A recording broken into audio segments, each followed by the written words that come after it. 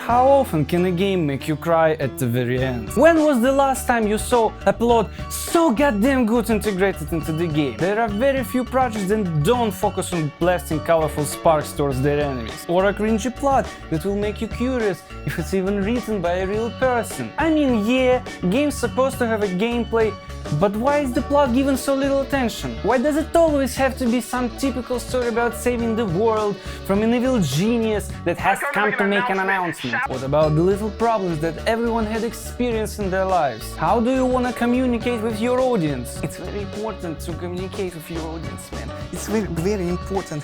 Audience won't get your product, man. You need to communicate with your audience. You need to communicate with your audience. For example, you had just moved from your parents. Mother Nature's constant calls with an urge to stick your bacon bazooka into something, preferably animate, are unbearable. You keep partying, in your pockets you have nothing but a wet fart. But it doesn't bother you. But bang! All of a sudden, you are 23, you have a wife, party is over, my friend. Lights off. And now you're settled down and you think to yourself that I need a future. And you will be right. That's the bright future. Not hitting on girls or fighting with your fellow brothers over unfinished bottle of beer. What about all the fun activities that you had? For example, I don't know, trying to imitate Andrew Tate's dance, or cosplaying Ninja Turtles with your buddies every Friday. All these problems are represented in 2010 game called The Dream Machine. The game was made by two guys, and of course, as every psychological drama, they are from a Nordic country. Yes, this is a point-and-click game. Yes, there are some similarities between this game and The Neverhood, but that's the similarities end. The Dream Machine is much darker than it seems.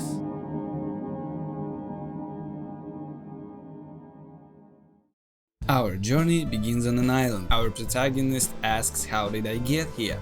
But we don't know either. Then you realize that this is a point-and-click game and all you need to do is to find out what objects you need to combine and where to put them. We dig a hole and find out that a pile of dirt can be surprisingly detailed and unexpectedly erotic.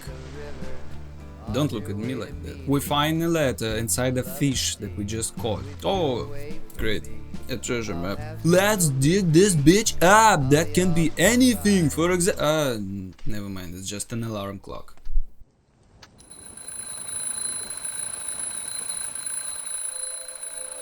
That was just a dream. I mean, it makes sense. The game is called The Dream Machine. But are you a dumbass? We learn that our main character is Victor Neff, a 20-something years old young man who had just moved to a new apartment with his pregnant wife. Well, let's go to the kitchen and meet our love. Damn, you bitch is ugly! Man, how did you even find her? She doesn't even have eyeballs. This is straight 1 of 10, man. I'm disappointed in you. I would say you run away until it's too late, but no, you have a baboos now. There's no turning back, man. You sit down to tell about your dream of a breakfast with Alicia. You tell her that you were on an island, and that you were fishing, that you have made your own fire and everything was good and smooth. And surprise, surprise, Alicia is a pretty based woman. She says that it's strange how one's mind incorporates real things into dreams like that. Victor suggests that his dream can be interpreted in a way that he needs more solitude. Or, Alicia says, you are just a standard escapist. You are scared of a new situation and you want the simpler life that you have had before, without any responsibilities. That is just another adventure for you. I am taking my words back. This woman is red-pilled, based, knows what she wants. 8 out of 10, for now. Alicia had also shared her dream about going on a cruise. But most importantly, she said that she saw the landlord in her dream, and that he had a creepy vibe. Funny that she can't even remember his name. Why would she dream about him? After wobbling around for some time, we find a burnt letter in the ashtray. Turns out it is a puzzle and you need to put pieces together. But here's the problem.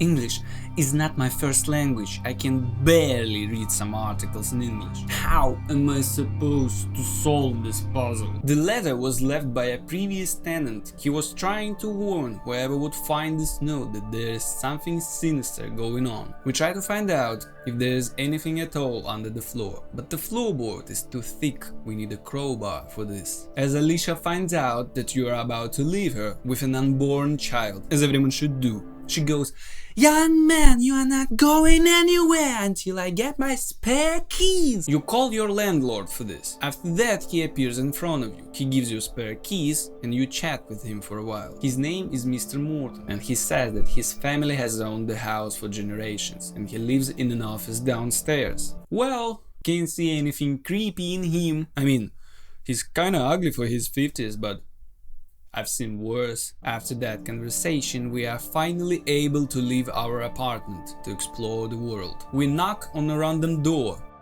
Because we can! And some old lady opens it. Her name is Eddie Jones and she has probably outlived a few generations of dinosaurs. She used to have a husband, but he passed away a few years ago. We said sorry for her loss, but she replied, "Don't be. I didn't care for him much anyway, only my memories are left in this place."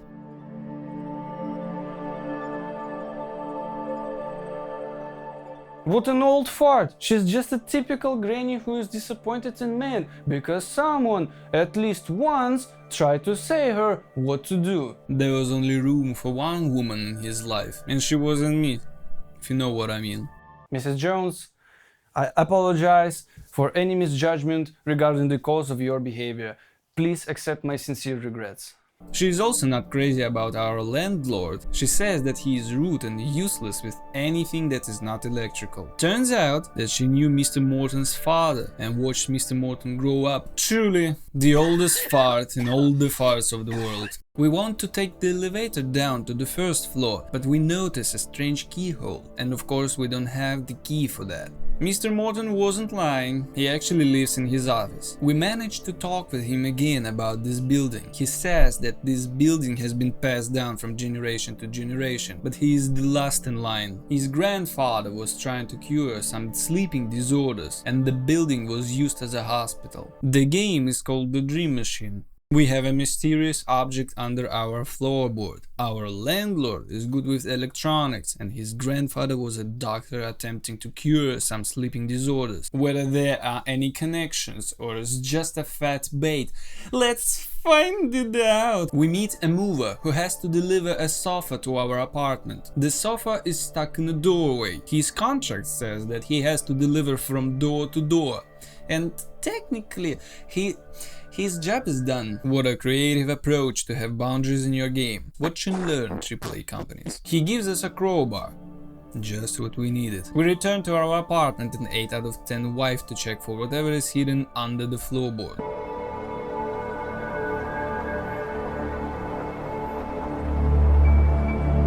There is a strange machine buzzing. After solving a puzzle by looking in a walkthrough, a camera behind the painting pops out. Alicia's in shock and says, "Oh my god, this must be Mr. Morton. He's fulfilling his perverted fantasies by peeping at us." "Yeah, bitch, does it turn you on?" "What are you talking about?" "I can speak for myself. I have a rock hard rocket in my pants." "You don't care that he was watching our lovemaking?" "Oh, I can tell you that's the only thing I care about right now. Doesn't this make you horny?" "Young man, go down and find Mr. Morton and do something to that." "Yes, ma'am." We go down to Mr. Morton's office and, of course, we can't find him there. After finding a secret passage, we enter an even more secretive basement. Mr. Morton is arguing with someone, but we don't know who it is. We see how Mr. Morton is trying to destroy a device, but instead he flies into the air and after that falls unconscious. There is a pair of new Apple VR helmets lying there, and we have nothing to do but put them on once each available head. The screen starts glitching, we hear someone screaming and everything goes black.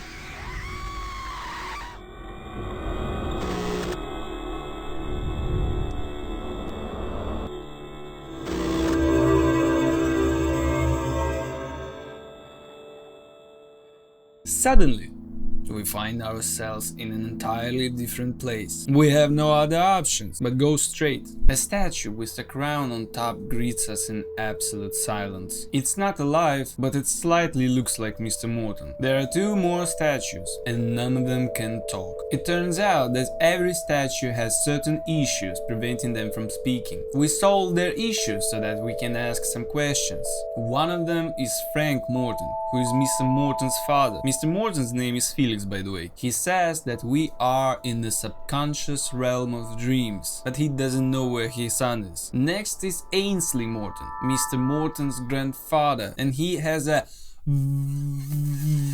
very low opinion on his grandson. After all, what would you expect from a man who were inventing things by his own? And the last statue is one with a crown. He knows something about dreams overlapping each other, but he doesn't know who is Mr. Morton. He must have been before my time. Or after, he says. All we can do is guess who he is. We need to enter portals in a specific order, so we can escape this dream. We see Mr. Morton trying to attack some tentacle. He also says, I know what I've done. We try to help Mr. Morton by chopping the tentacle, but he is already wounded, so all we can do is to ask him about everything that happened. Hello again, Mr. Neff. He says that we are not just in dream. First of all, we are in his dream, but his dream is just a small part of the dreamscape. The living, breathing amalgamation of billions of sleeping minds, all connected to the same dream world. He says that each mind is an entrance to a different part of the dreamscape. By using Apple VR helmets, anyone can enter someone's dream. The purpose of the machine in the basement is to able to change someone's subconscious to cure mental disorders. His family has been trying to make a complete map of the dreamscape to navigate through people's dreams, and with his death, his family legacy will end. As people die, the dreamscape changes. As new people are born, new areas appear in the center of the dreamscape. As people get older, they are moving outward. In the basement, Mr. Morton was talking to the machine. After decades, it reached some degree of awareness. Recently, they've had a different opinion on how to proceed. Mr. Morton wanted to put everything on hold after we discovered his camera, but the machine wouldn't let him. I wish I could explain all this at greater length, but I'm fading, Mr. Morton says. The machine has corrupted dreams of all the residents of the estate. The tentacles are the roots of the machine, and we need to cut the roots down. In order to cure everyone, including Alicia, we need to cut every root in every dream, not just in the Alicias. If you won't do it for me, at least do it for her, Mr. Morton says. You are dying anyway. Why do you care? I don't want this tragedy to be my family's legacy. With me, my family perished. We agree on his final request. Thank you, Mr. Neff. I'll rest easier knowing that.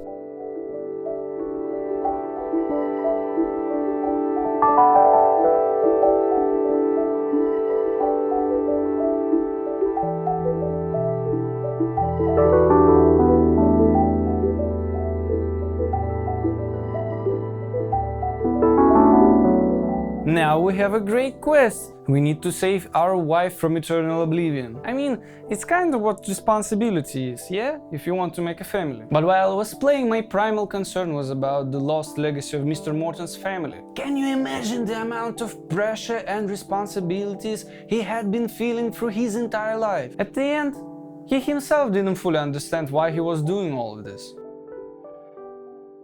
We enter the surveillance room and examine the TV screens. We are witnessing how Alicia falls asleep, and now we need to enter her dream. Helmets, glitching screen, and now we are rolling.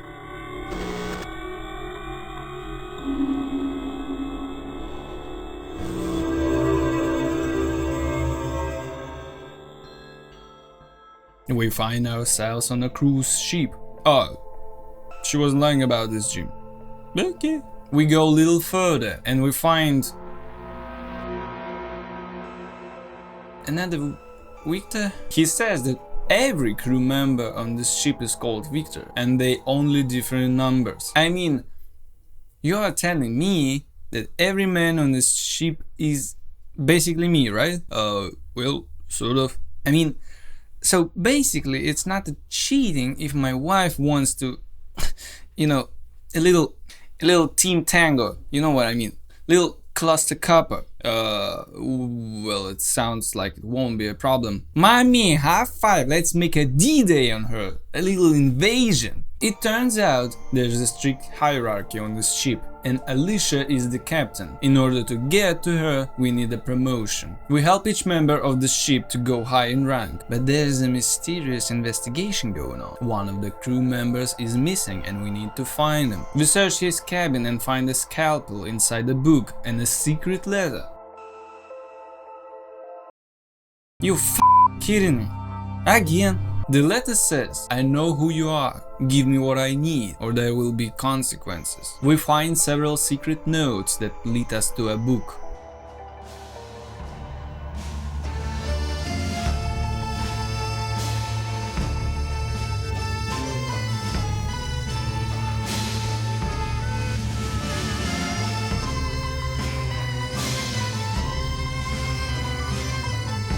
Wow, that's wild. There is no time for games, we go straight to the captain. It's good that we are already of high enough rank to meet the captain. Alicia is corrupted by the tentacle. It turns out that the machine can talk, but there's nothing special about it for now. It simply wants to expand its presence in this world. Surprise, surprise, it's a trap! And we fall down in a pit. That's where the missing crew members were all the time. We turn on the lights and we see how many decaying bodies there are. I told ya! This game is darker than it seems. The poor bartender we were talking to is now lying on the ground.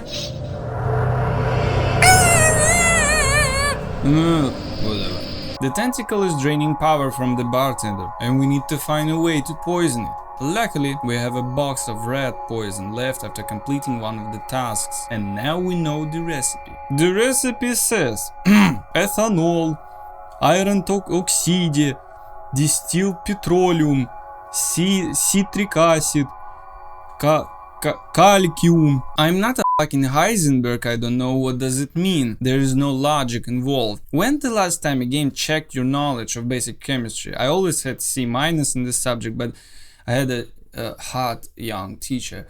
That's where my love of meals started, I guess. Oh, she had a big booty. Every time she leaned over, I could see her pants through the clothes. We make a rat poison, and all that's left is to feed it to the bartender.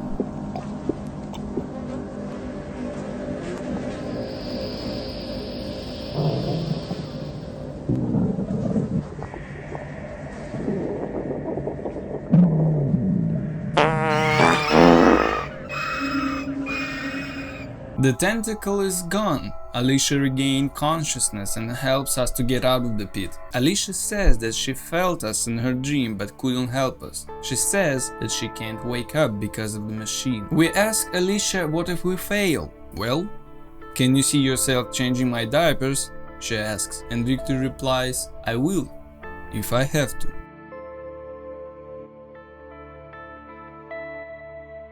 Not only does this woman has the only dream where you two are both on the ship, but she also has a sense of humor. And the promise of changing her diapers if things go the wrong way is very touching. Next in the line is Eddie. I thought it would be easy to catch her sleeping cause she's a walking dinosaur and most of them usually sleep during the day, but no. For some reason, the machine knocked out only our Alicia. Eddie invites us to her apartment for a cup of tea so we could tell her what has happened. We can explore her house, but there's suspiciously nothing interesting. Eddie introduces her friends. Charmed, I'm sure. We tell Eddie that our landlord is dead. They never lost, do they?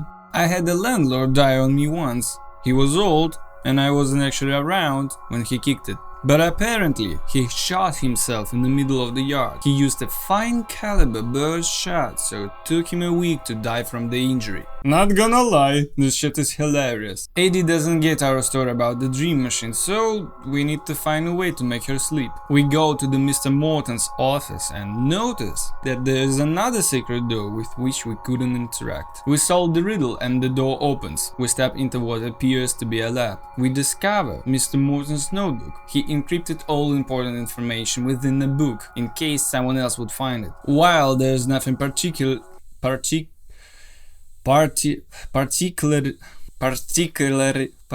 Particularly.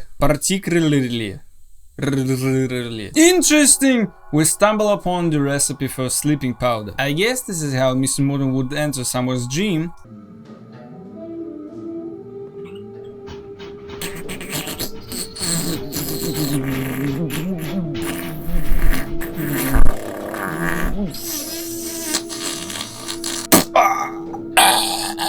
Just to be clear, I'm very proud of this sound design that I just made. We make the sleeping powder ourselves and go straight to Granny. Mix the powder with tea and wait for action to happen. Helmets, screaming voice, as always.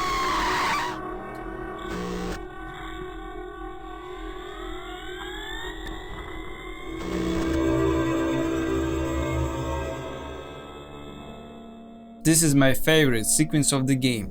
This is a great example how a plot can be conveyed through a game and nowhere else. We appear in an apartment that looks similar to the one we were just in. But there's something wrong with this place. And we can't leave the living room. We can examine the wall. There are two photos of different rooms.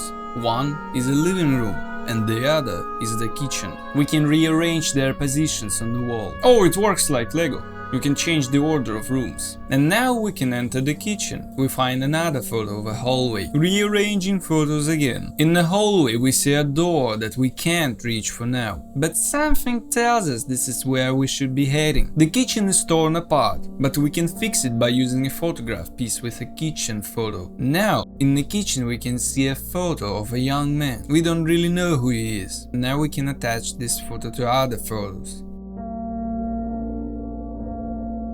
He can't hear us. He thinks that Victor is a ghost. But the interesting part is that he will say a few things while you are nearby. She's getting better, but we don't know who he is talking about. We walk into the bedroom along with the young man. There is another photo of someone. Oh, it's a young Eddie on the photo. Just because we're married doesn't mean I have to. It's only easy to sometimes I dream like a child. It's clearly obvious that Eddie and he were married, but the meaning behind these lines is unclear. We put Eddie and her husband in the bedroom to see what will happen. Oh, now you can see me, motherfucker! We can't get the next photo of a room, but we can talk to Eddie in the living room. She's just... That's all she says. That doesn't sound like a good idea. I hope she gets better soon. If we place Eddie and her husband in the kitchen, this scene happens. But they won't say anything. We hang a photo of the bedroom on the wall to see what's in there. It's quite an unexpected place to bury someone. We find the grave of an old lady when we take the photo, but there's something more to explore. A teddy bear. And I really don't want to ruin his lines by voicing them myself. I'd like to suggest that you read them yourself.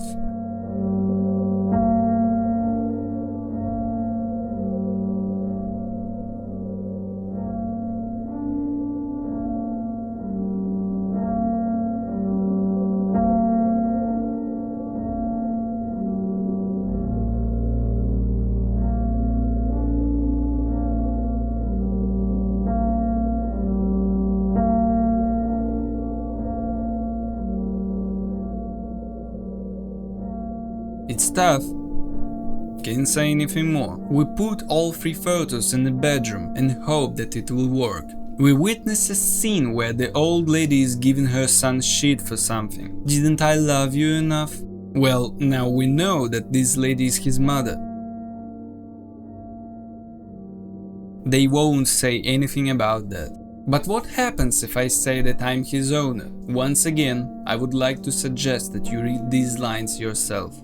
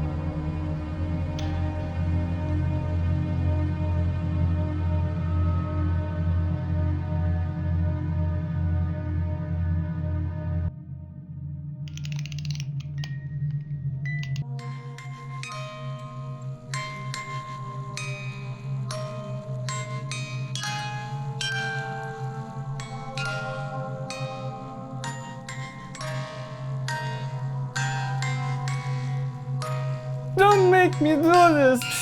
He's trying. It's unfair to do this kind of things, you know? It's just unfair when I have no other options but to interrupt this little warrior and make him sad. We observed another scene where the mother is lying in bed. Have you checked? Asks her son. After collecting all 3 photos, we can enter the backyard. Finally, we have found Eddie and the tentacle that has taken the shape of Eddie's husband's mother. It's been teasing me to this place for as long as I remember, she says. We discover a way to get rid of the tentacle by cutting the photo of the mother in half.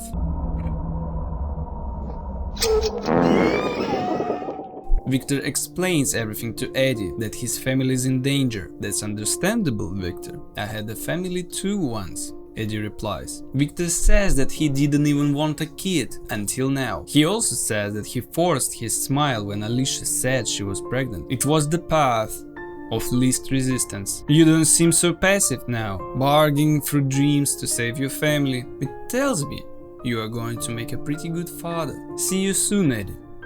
See you soon.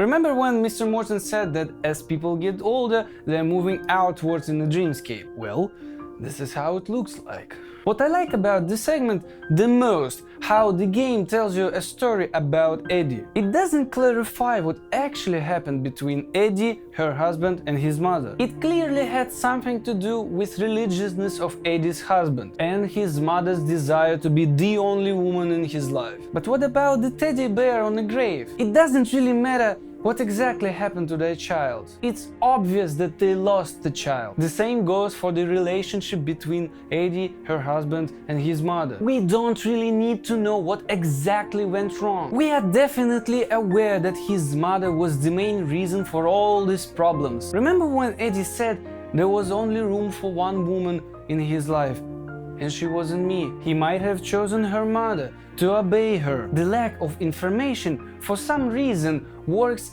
as a horror element. It's like you are peeping on someone and you are not welcome. After all, Eddie said, only my memories are left in this place, and she can't remember everything after all these years. Now we are heading to the 2 last members of the estate on the 3rd floor. In the right apartment lives Selma. We don't really know who she is, but she's wearing some sort of sporty clothing and works long shifts, whatever that may mean. We try to start explaining, but she shuts us down. But it's really important. Then take a number and stand in line. What a bitch. In the left apartment lives Morton, a disabled black freelance copywriter. Is that politically correct enough? No?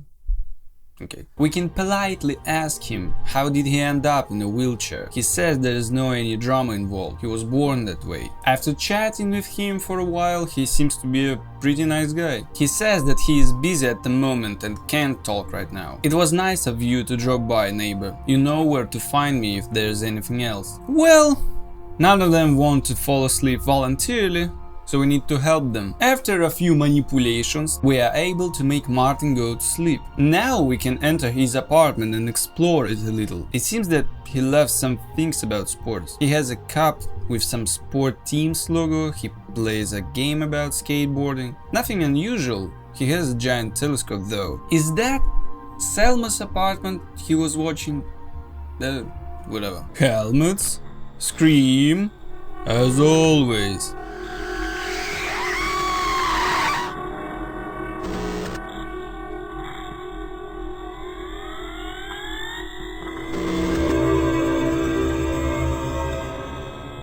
It is indeed not what I would expect. There are 4 passages in every direction. There is literally an endless abyss. Big chunks.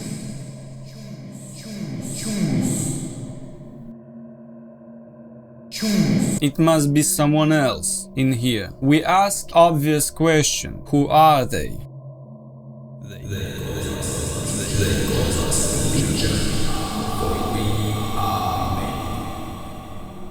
Legion, huh? What would you say about this? They ask us to join them because they have something what we need. Then how do I join you?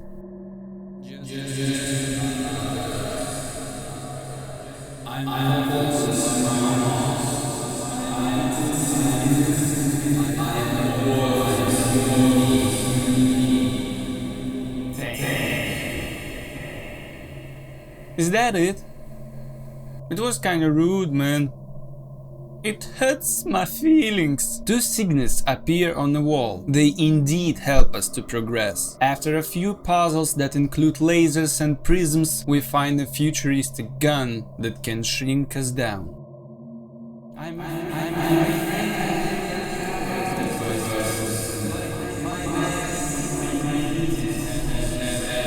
Why don't you try and take it from me, crackers?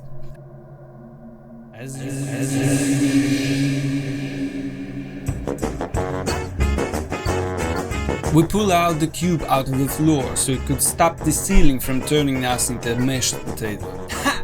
I outsmarted you. I'm better, stronger than you. And why it isn't working? What do you do? What do you do? Turned out this cube had to be turned a little. Whatever. The dream machine says, once I have the last piece, I'll come to you instead. What does it supposed to mean? After a series of puzzles, we discovered two secret passages. Well, actually they are just gaps in the wall, but we can shrink ourselves down. We see giant stairs. We can enter next room and see an endless maze that the dream machine has created to prevent us from proceeding. Even Victor himself tells that it's pointless to go to that maze. There is another gap to explore. Hello? Well, I guess no one's here except you guys. First thought, when I learned about the pregnancy, I thought, wow, that's a great cover-up. But honestly, it was fine before. He was a little bit older than me, but he had the six-pack. I couldn't help myself.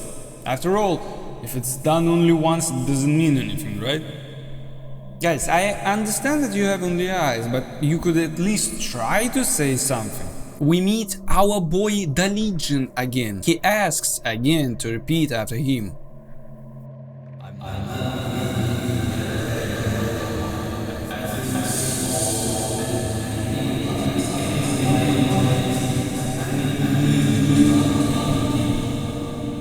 What are you trying to say?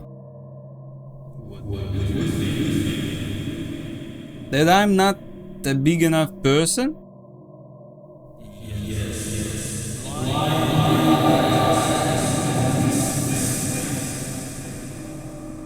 We blind the eyes, as the Legion says, and there's nothing more to do actually. We leave Morton's dream without finding either him or the tentacle. It's a strange dream. It really differs from everything we saw. I have a feeling that there's something unique about this place. You might have several theories how the Legion and Morton are connected, but it's too early to draw any conclusions. We knock out Selma with the sleeping gas as we did to Morton. In her apartment there's nothing really to explore. I mean, she has crafted pillows, plants, this thing that women used to... By the way, what for? Here we go!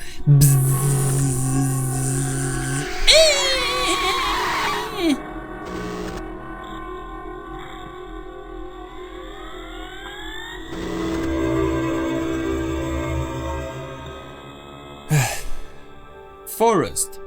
It's already better than previous dream, so let's explore this place and find the tentacle. We see a house covered with blood. On the floor lies a dead man with a torn stomach. Poor old man. Sorry. Didn't hear you come. Well, nothing unusual for LA. He tells us that his granddaughter can help to patch him up. We ask, who is his granddaughter? Selma! She's a top-tier healer.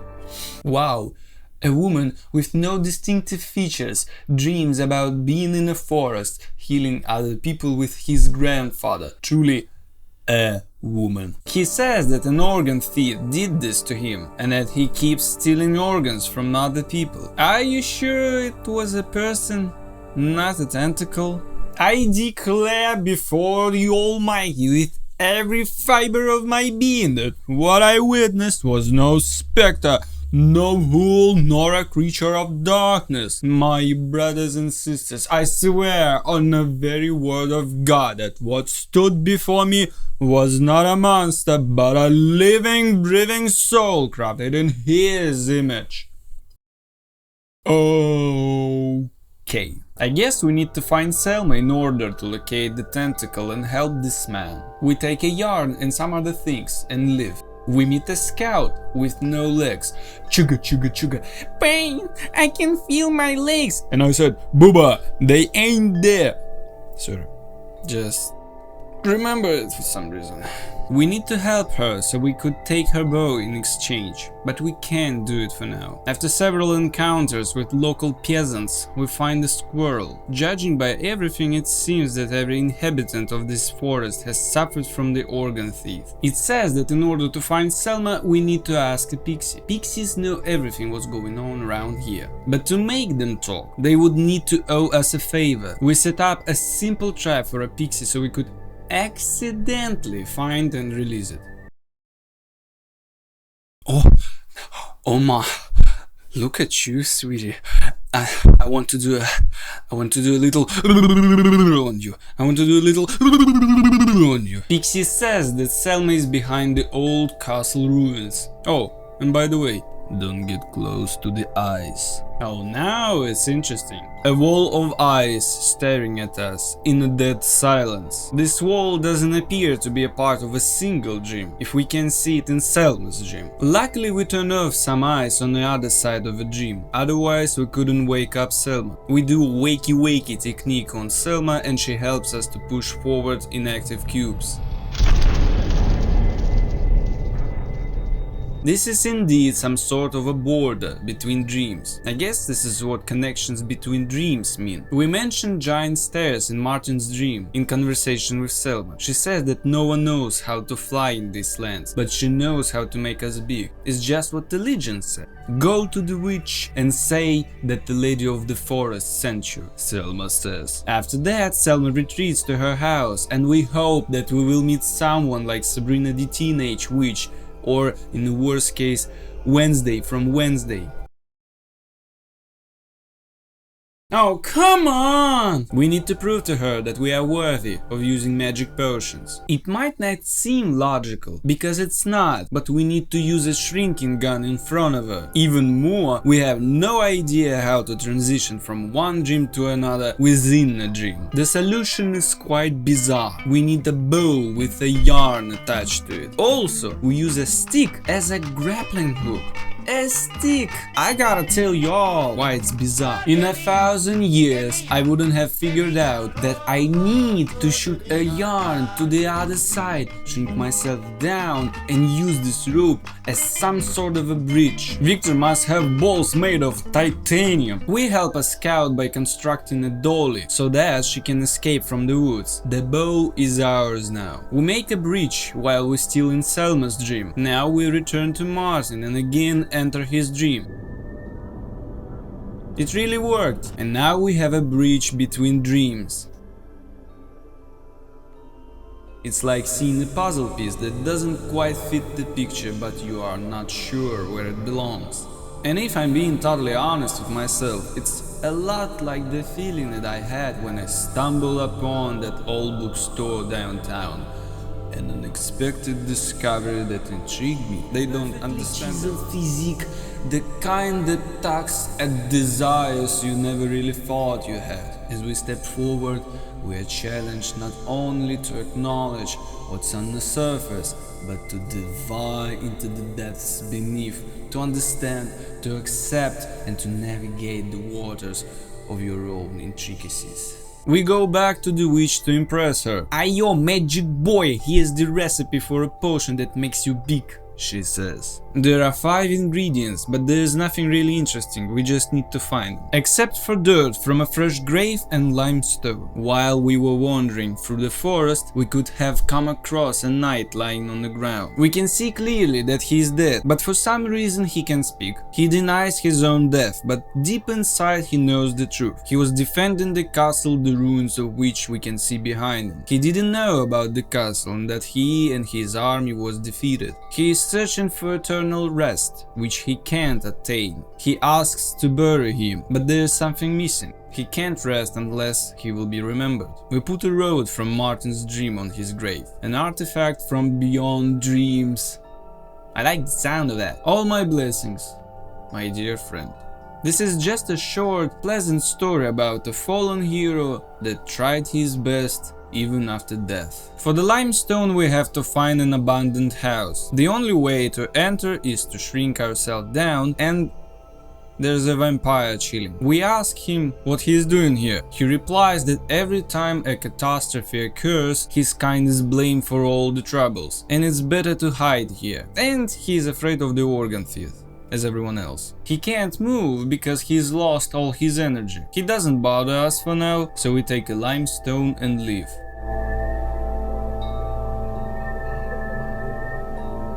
We head towards the wall with eyes to once again enter Martin's dream. Oh, I'm so gay. The gays, careful gays. I think about me all day long. I need that premium guff. We drink the magic potion and giant stairs is normal for us now. We climb the stairs and see something resembling a citadel. We finally found not 1 but 2 tentacles. We examine a drawing to learn that there's 1 organ is missing, and this organ is, tada! Vampire's stomach. The dream machine notices us. In the conversation it reveals its plan. Every moron can cut the tentacle out of a dream, but if I had a body, no one could escape my influence. We can't break through the glass, so all we can do is to return to the vampire. We convince him that he is now in danger. What do you suggest, big boy? He asks. So here's the plan. I make myself small and I will enter your stomach so I could trace the organ thief. It means that I will lose my stomach, right? You're right, mister. Okay, better than nothing. We make ourselves small and come close to the vampire. It's a goddamn good sculpting, I want to say. As soon as we enter the stomach, the organ thief immediately announces himself. While inside the stomach, we wait for the organ thief to deliver us to the citadel. It's Showtime, folks.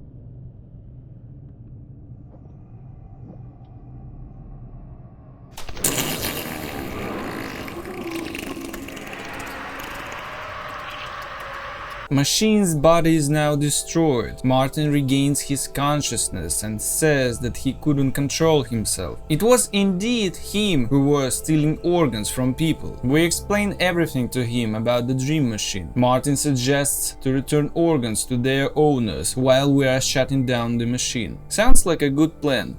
Now help me to get out of here. We leave Martin's dream and hope that this is over. Before we go any further, let's summarize. The legion that tried to insult us was the representation of Martin's subconscious mind. Martin was attached to a wheelchair since the moment he was born. He played a game about skateboarding. He had a sports cap. All these details show that he couldn't accept his disability and thought that he was miserable and small in every sense. But in dreams, he was a fearless angel serving a higher purpose. We inspect the machine and it indicates that there's 1 dream left. But who would it be? The last member of the estate is Victor's unborn child. For some reason, the helmet works with Alicia's stomach and we can enter the final and most brutal dream.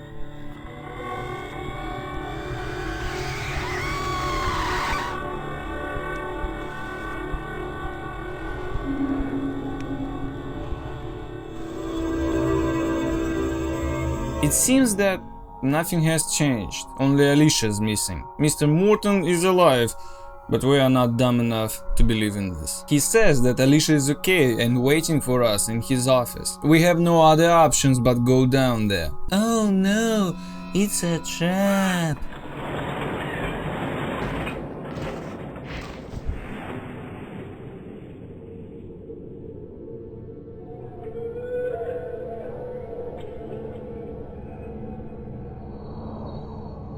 We are falling.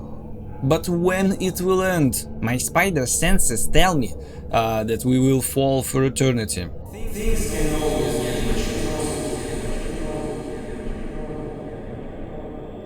It's my boy the Legion! After several insults, as usual, they provide us help. In a way, a small mirror appears on the screen. After a few seconds, we are able to catch it. Take a moment to reflect. It happens to be us, but from this morning. We ask for help and he offers us a trade. I can trade places with you. What benefits do you get from falling into an eternal void? To get out of this. We don't quite understand what he's talking about, but we accept the offer. Our eyelids are getting heavier and we fall asleep. We start from the very beginning. This is not real Alicia, that's for sure, but at least we can see her normal. We take our breakfast together again. It's just a quick reminder what we will get if we succeed in turning the machine off. We are trying to leave our apartment. And of course, we're still in a dreamscape. We go to the bathroom to visit ourselves in a reflection. Hello, handsome. We ask him what did he mean by saying to get out of this. Out of paternity, responsibility, expectations, that kind of things. Given a choice, I'd rather be stranded on a tropical island, but I guess I don't have to tell you that. We ask him what to do next. Don't ask me, I thought you had a plan. Would you mind getting me a sandwich? I haven't eaten since yesterday. We go to the fridge and...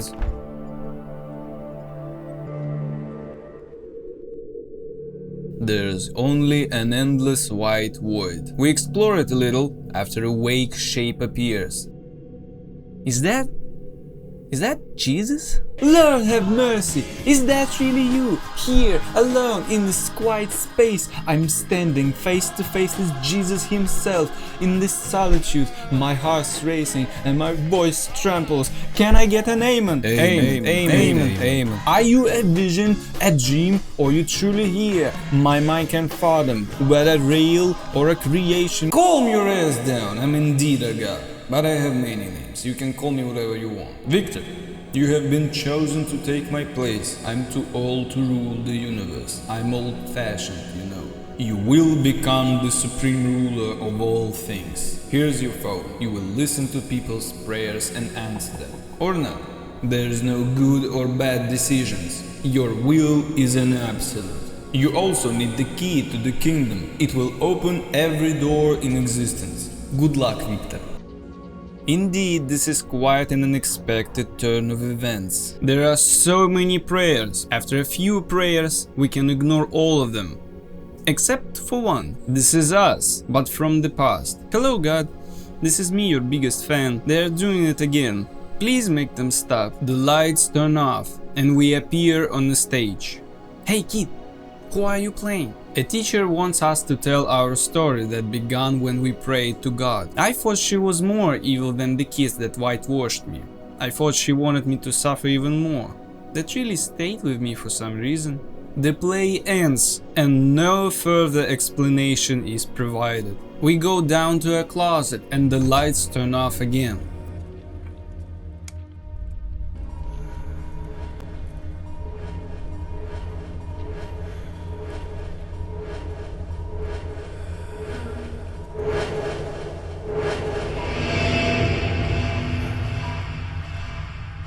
Look who's come to see me. You didn't think I was important enough for you. No, this isn't the way it happened, mother. Victor replies. We understand that it isn't real and leave her in the most brutal way possible.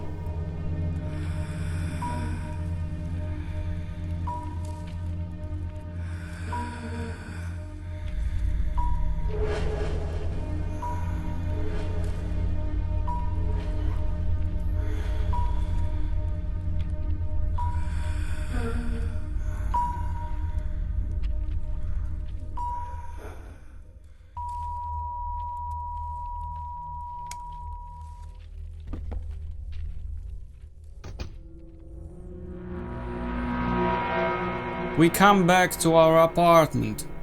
Again, instead of the elevator, a boat appears in front of us. However, it's too far away from our current position. Now we can open the stairwell door that was previously closed, but all we can see are broken stairs. Guess there's no other way down. Another mysterious place to explore, this time a forest. We come across a boy who remarkably resembles us. Why do you look like that? Why do you look so joyless and worn out? Didn't you come here to take my place? Why would I want to do that? To be young. Again. He also says in order to reach an unborn child in dreams we must regress in age to gain access to primordial memories. After that we wake up at the first floor. For some reason the basement is still here. We come to look at the map of the dreamscape and something tells us that it might be useful to take it with us. We find our local Toyota Corolla and it lifts us up. Is that what I think it is? This is the ship from Alicia's dream, but it's mostly empty now. We make our way to the captain's cabin to navigate through the dreamscape. Now it is time to discover what the center of the dreamscape looks like. Because, as you remember, as new people are born, new areas appear in the center of the dreamscape. But we also see other dreams that we visited previously on the map. Oh yeah, baby, let's explore this shit. We enter our lifeboat and here we go.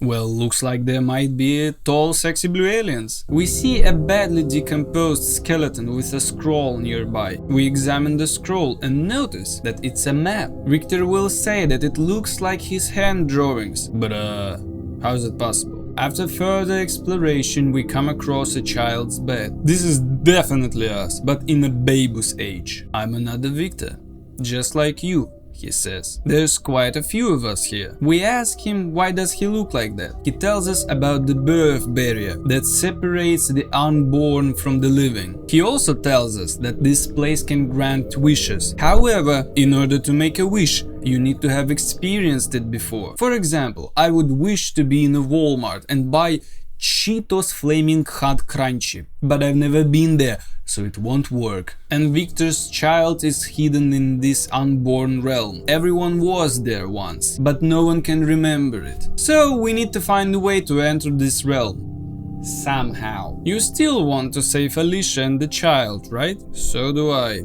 He says. It seems that this fella has progressed further than everyone else, but still not even close. Next we meet old ass Victor, who chose to be a god. Turns out that every Victor used Alicia's ship to come here. He's afraid that we want to take his place.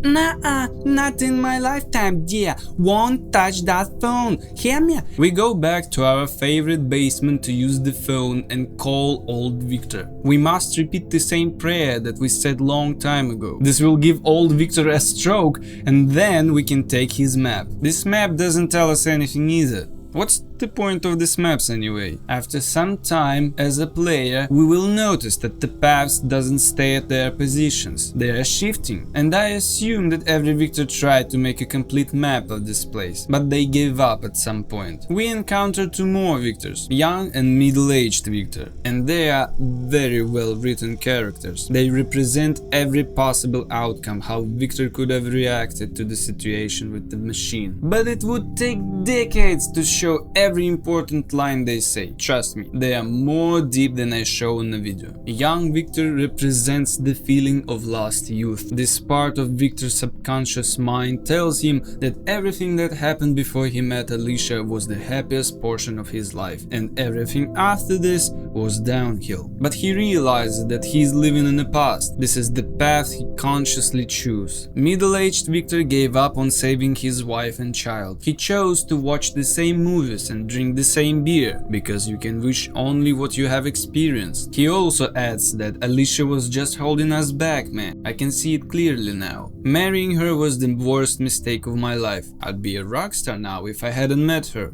It's kinda pathetic, not gonna lie. For every Victor, we need something special from other dreams we have visited. After collecting all the maps, we realize that one is still missing. That means we need another Victor. I wish another homie was here. We meet our new brother and it turns out that he's the guy from the mirror. He blames us for stealing his joyful fall into the void and now he has no choice but to do something. He says that he also attempted to draw a map of the landscape and that he can give it to us, but he asks for some food in exchange. We give him food only to be bamboozled. The only thing he has is an empty sheet of paper. These red lines look very similar to the maps we found in Alicia's dream, but young Victor tells us that we fought the same way, but it doesn't seem to work. We have no clue what to do with the maps. There are 6 of them. We need to de-age ourselves somehow, and this place is shifting. And this is probably my favorite puzzle solution out of all games I've played. We need to go to Eddie's dream and put them on a wall. We need to create a path that represents all stages of life from the very beginning to the end, because every Victor has different age, even that skeleton. We return to the center of the dreamscape and follow that path. The archway where baby Victor is located changes. A dark stain appears in front of us. We come closer to inspect it. It's Victor's mom and dad, and she's about to give birth. I guess this is it? The way we enter the birth barrier. We take the shrinking gun and the rope from Morton's dream and return to mom and dad. I understand there are a million ways to make jokes about it, but I don't want to ruin the moment. The ball goes to the base. Rewind time. Home sweet home. Finally an appropriate size for me. That's what Lilliputians really wanted to do with Gulliver. We enter the womb and find fetus Victor. He did the same thing that we did with the maps and decided to sacrifice his life by blocking the entrance to the birth barrier so the machine couldn't reach Victor's child. If you watch closely, you will notice that fetus Victor has the same gray text the machine has. It means that this could be the machine talking to us. We ask him what if the machine already reached the unborn child. He replies that this is nonsense. He refuses to cooperate and we need to find a way to enter the birth barrier. Well, remember we took the coat hanger in the beginning of this dream.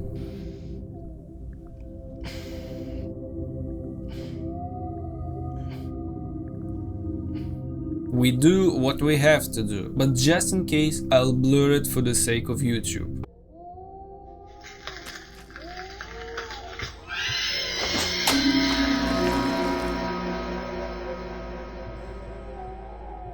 We made it. On the other side is Victor's child. Let's end this.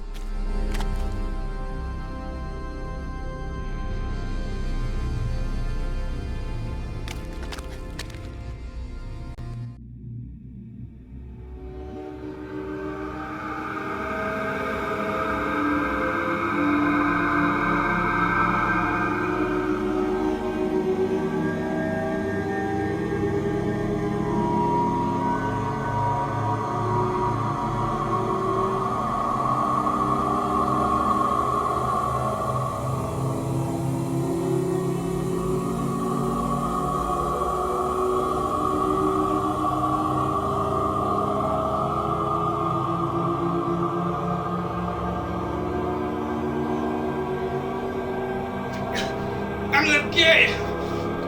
Kill ya!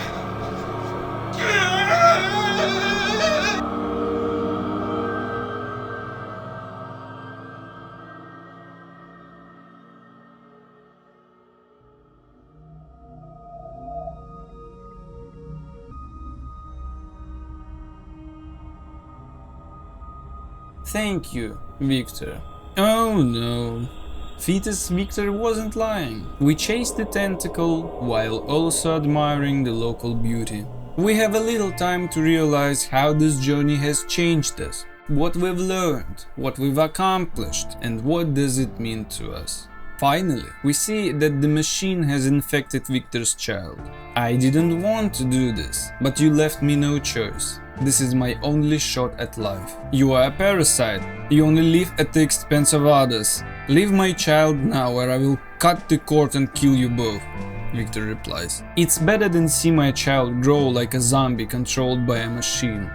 What if there was another option? What if I transferred my consciousness to you? I'm suggesting a symbiosis, to be free to explore the dreamscape, and I would let your child and everyone in the estate go. But you must understand, if we do this, you can never leave the dreamscape again. Without hesitation, Victor accepts this offer. Now we can talk to Victor's child, for the first and the last time. What is this place? Victor asks. It's where life finds shape and form. All life dreams, Father. Will I ever see you again? I can't join you in the walking world. Perhaps I can come visit you when I sleep. I hope you do. I wish I could be there with you both. So do I. Victor says that he knows a place where he would like to visit. Goodbye, Father. Goodbye.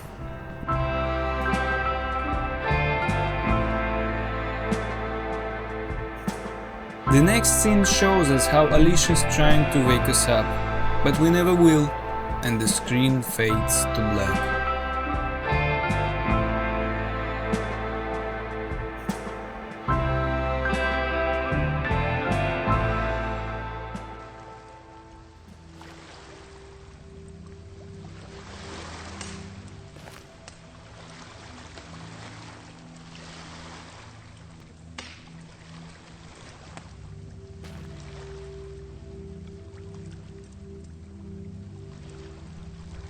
I know what you're feeling.